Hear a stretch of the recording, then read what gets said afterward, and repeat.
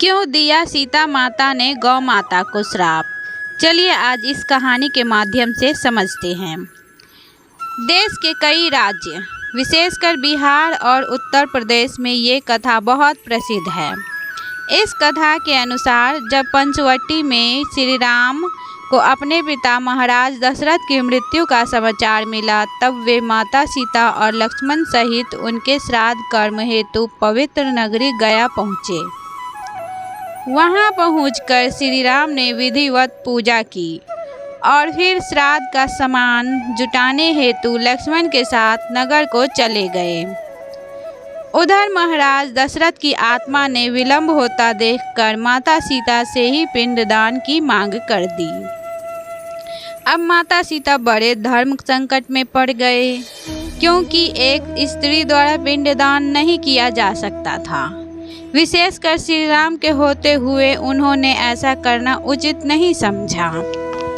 किंतु फिर महाराज दशरथ की आत्मा द्वारा बार बार अनुरोध करने पर उन्होंने फल्गु नदी, केतकी के पुष्प, एक गाय एवं वट वृक्ष को साक्षी मानकर महाराज दशरथ की आत्मा को पिंडदान दे दिया। जब श्री राम वापस आए तो उन्होंने इसकी सूचना उन्हें दी।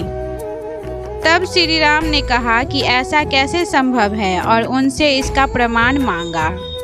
इस पर माता सीता ने फल्गु नदी, केतकी, गौ एवं वट वृक्ष को सत्य बताने को कहा, किंतु फल्गु, केतकी और गौ ने इसके लिए मना कर दिया। तब वट वृक्ष ने श्री राम को बताया कि देवी सीता सत्य कह रही है। फिर सीता माता ने महाराज दशरथ की आत्मा का आह्वान किया, जिन्होंने स्वयं आकर श्री राम और लक्ष्मण को माता सीता के सत्य वचन की पुष्टि की।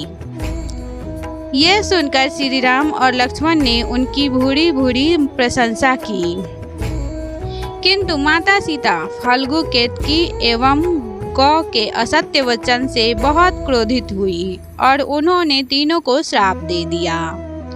फल्गु नदी को उन्होंने सूख जाने का श्राप दिया। उसके क्षमा याचना करने पर उन्होंने कहा कि केवल वर्षा ऋतु में उस नदी में जल रहेगा, अन्य समय नहीं। केतकी को उन्होंने पूजा में त्याज्य होने का श्राप दिया। उसके क्षमा याचना करने पर माता सीता ने कहा कि अन्य देवताओं की पूजा में तो तुम्हें चढ़ाया जाएगा, किंतु भगवान शंकर की पूजा में वो वर्जित होगा। गौ माता को उन्होंने श्राप दिया कि जिस मुख से उन्होंने असत्य भाषण किया है, वो मुख अपवित्र माना जाएगा और उसकी कभी पूजा नहीं की जाएगी। उनके क्षमा याचना करने पर उन्होंने कहा कि ऐसा होने पर भी गौ माता का जो महत्व है वो और भी बढ़ जाएगा। अंत में उन्होंने वट वृक्ष को ये वरदान दिया कि वो लंबी आयु तक जिएगा और सदैव पवित्र माना जाएगा। तब से ही वट वृक्ष को हिंदू धर्म के सबसे पवित्र वृक्ष के रूप में मान्यता प्राप्त है। कुछ कथाओं में हमें फल्गु नदी एवं केतकी के पुष्प की जगह ब्राह्मण और कौवे का वृत्तांत मिलता है।